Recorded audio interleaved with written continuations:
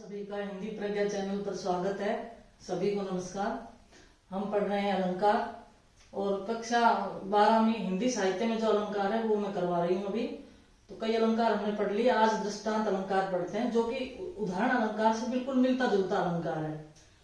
इसमें दृष्टांत अलंकार किसे कहते हैं? दृष्ट प्लस अंत के योग से बना है। दृष्ट यानी दिखाकर, अंत करना यानी कि उदाहरण देकर किसी चीज का अंत करना। देखो ये दृष्ट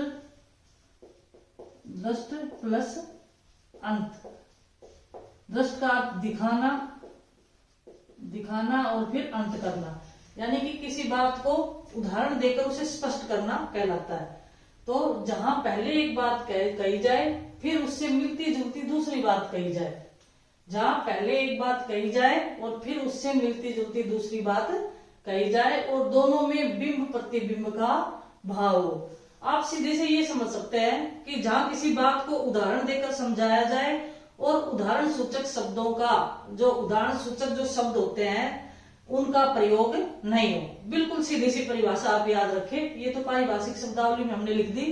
वरना जहां पर किसी बात को उदाहरण देकर समझाया जाए और उदाहरण सूचक शब्दों का प्रयोग नहीं हो। उदाहरण सूचक शब्दों का प्रयोग किसमें होता है? देखो बिल्कुल समान, उदाहरण अलंकार और दृष्टांत, बल्कि इन दोनों को हमें साथ पढ़ना चाहिए था। उदाहरण और दृष्टांत को हमें साथ पढ़ना चाहिए था। थोड़ा सा अंतर इसमें है।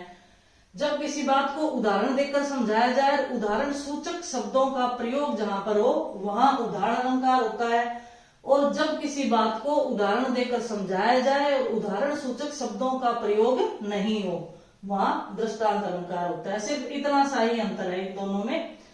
अब देखते हैं, हम उदाहरण से समझते हैं। देखो, रहीमन ओछे नरन को बैर भलो ना प्रीति, काटे चाटे स्वान के दो भांति विपरीति।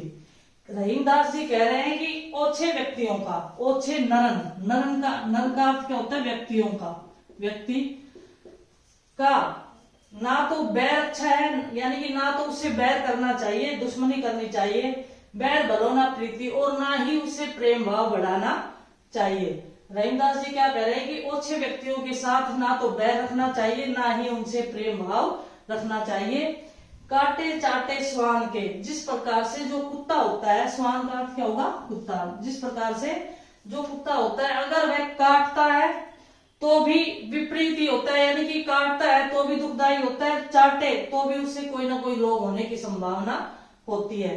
काटता है तो हमें पता ही है कि हमें इंजेक्शन लगवाने पड़ते हैं, और अगर चाटता है तो भी कोई ना कोई रोग होने की संभावना होती है। तो दोनों ही परिस्थितियों में सही नहीं है। इसी प्रकार से स्वान के समान ही जो ओछे व्यक्ति हैं उनका भी यही हाल है। तो उनसे ना तो बैर रखना चाहिए, ना ही उनसे प्रेम भाव रखना चाहिए। तो ये उदाहरण देकर समझाया। दूसरी जो लाइन है, स्वान का जो उदाहरण है, ये उदाहरण देकर समझाया गया है, लेकिन उदाहरण सूचक शब्दों का प्रयोग नहीं है। अगर यहाँ पर जैसे लिख दे ना, जैसे लिख दे तो ये जैसे, काटे चाटे स्वान के दो भांति विपरीत, अगर ये जैसे आ गया यहाँ पर लिख दिया तो फिर ये उदाहरण अलंकार का बन जाएगा उदाहरण, ठीक है ना, उदाहरण अलंकार के अंतर्गत आएगा। और जैसे नहीं है, क्योंकि परिभाषा तो वही है ना कि जहां किसी बात को उदाहरण के द्वारा समझाया जाए। सिर्फ अंतर इतना है कि उदाहरण सूचक शब्दों का प्रयोग जिसमें नहीं होता वो दृष्टांत अलंकार है, उदाहरण सूचक शब्दों का प्रयोग भी जिसमें होता है वो उदाहरण अलंकार है। उदाहरण तो यहाँ दे दिया गया है, लेकिन उदाहरण सूचक शब्दों का प्रयोग यहाँ पर नहीं है, इसलिए ये दृष्टांत अलंकार है। दूसरा देखिए उदाहरण इसका, सठ सुधरई सत्संगति पाई। सठ यानी कि जो मूढ़ व्यक्ति है, मूर्ख व्यक्ति है, सुधरई सुधर जाते हैं, सत्संगति पाई अच्छे लोगों की संगति प्राप्त करके जो मूर्ख व्यक्ति है, जो मूढ़ व्यक्ति है, वो भी सुधर जाते हैं। फिर उदाहरण दिया है, पारस परस को धातु सुहाई। जिस प्रकार पारस के स्पर्श से, परस का अर्थ क्या होगा? स्पर्श से, कु धातु का अर्थ होता है लोहा, कु धातु का अर्थ क्या होता है? लोहा। जिस प्रकार पारस के स्पर्श करने से लोहा भी सुहाई का अर्थ सोना बन जाता है। सुहाई का अर्थ क्या होता है? सोना, सोना, और कु धातु का अर्थ लोहा, और स्पर्श का अर्थ क्या होता है? स्पर्श। पारस एक पत्थर होता है और ऐसी मान्यता है कि इस पत्थर के स्पर्श करने से सोना, लोहा भी क्या है? सोना बन जाता है। तो इसी प्रकार से अगर कोई मूढ़ व्यक्ति है, सठ व्यक्ति है, तो वह सत्संगति अच्छे लोगों की संगत में रहने से सुधर जाता है, जिस प्रकार से पारस के स्पर्श से लोहा भी सोना बन जाता है। यहाँ उदाहरण देकर समझाया गया है किसी बात को। बिंब प्रतिबिंब के भाव का तात्पर्य क्या हुआ कि मतलब एक जैसा ही भाव, एक जैसा ही अर्थ दोनों लाइनों का निकल रहा है, तो ये बिंब प्रतिबिंब भाव हुआ। और उदाहरण सूचक शब्दों का प्रयोग नहीं है, बस यही बात याद रखनी है आपको, उदाहरण सूचक शब्दों का प्रयोग नहीं है, इसलिए दृष्टांत है। अगर यहाँ पर भी उदाहरण सूचक शब्द लगा दिया जाए तो ये क्या हो जाएगा, उदाहरण अलंकार बन जाएगा। और उदाहरणों द्वारा इसे समझते हैं। अगला उदाहरण देखते हैं, तीसरा, बिगड़ी बात बने नहीं, लाख करो किनकोय, रहीमन फाटे दूध ते, मथे न माखन होय। रहीमदास जी कहते हैं कि अगर किसी से बात बिगड़ जाती है, मन मुटाव हो जाता है या मन में गांठ पड़ जाती है, तो चाहे लाख प्रयत्न कर लो वो सुलझती नहीं है। फिर उदाहरण दिया इसका, कैसे, रहीमन फाटे दूध ते, मथे न माखन होए। जिस प्रकार से जब दूध फट जाता है तो चाहे उसे कितना ही मथ लिया जाए उसमें से मक्खन नहीं निकल सकता। इसीलिए एक बार जब मन मुटाव हो जाता है, किसी से बात बिगड़ जाती है, तो दोबारा अपना हृदय साफ नहीं होता है। तो ये उदाहरण दिया है दूसरा कि रहीमन फाटे दूध थे, जिस प्रकार से दूध फटने के बाद चाहे उसको कितना ही मथ लिया जाए उसमें से मक्खन नहीं निकल सकता। यह उदाहरण दिया गया है। बिंब प्रतिबिंब भाव है, जो अर्थ इसका निकल रहा है इसी को समझाने के लिए ये अर्थ निकल रहा है, और उदाहरण सूचक शब्दों का प्रयोग नहीं है, इसलिए ये दृष्टांत अलंकार है। अगला देखे, सबे सहाय सबल के, कौन निबल सहाय। कह रहे हैं कि सभी सहायक सबल के, जो सबल व्यक्ति होता है, बलशाली व्यक्ति होता है, समाज में उच्च वर्ग का व्यक्ति होता है, उसकी सहायता तो सभी करते हैं।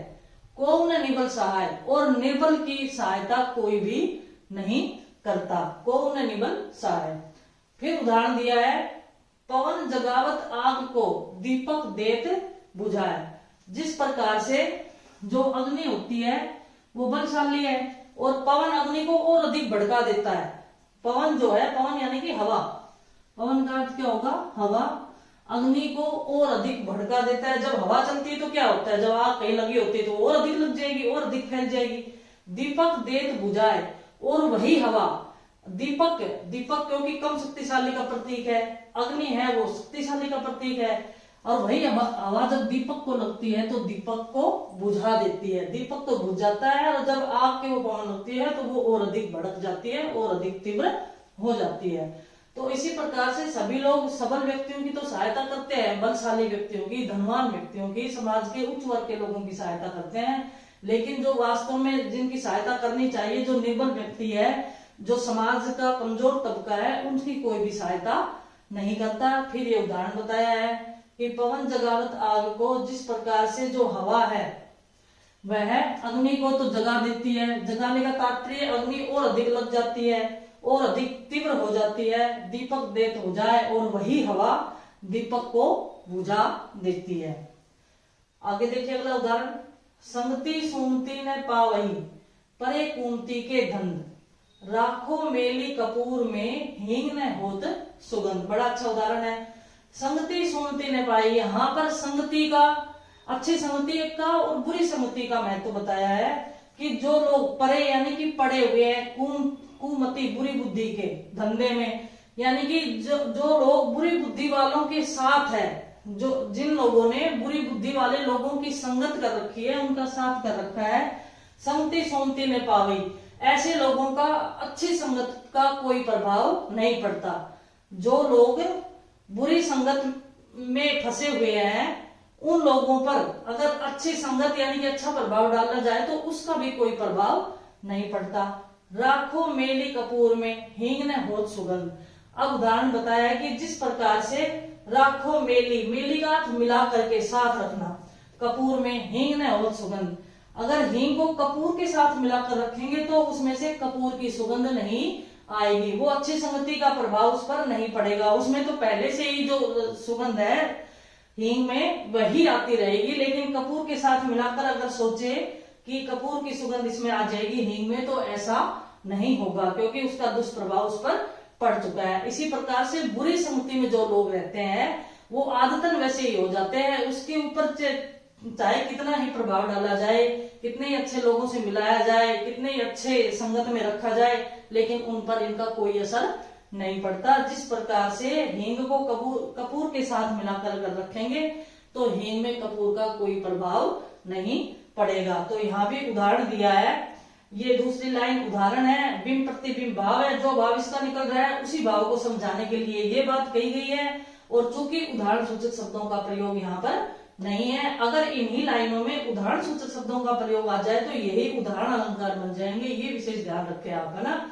और जब तक इन पर उदाहरण सूचक शब्दों का प्रयोग नहीं है तो ये फिर दृष्टांत अलंकार के अंतर्गत आएंगे। समझ में आया होगा आपको, ये अलंकार बड़ा ही आसान सा था, उदाहरण के जैसा ही था। तो अब अगला उदाहरण अलंकार पढ़ते हैं। धन्यवाद।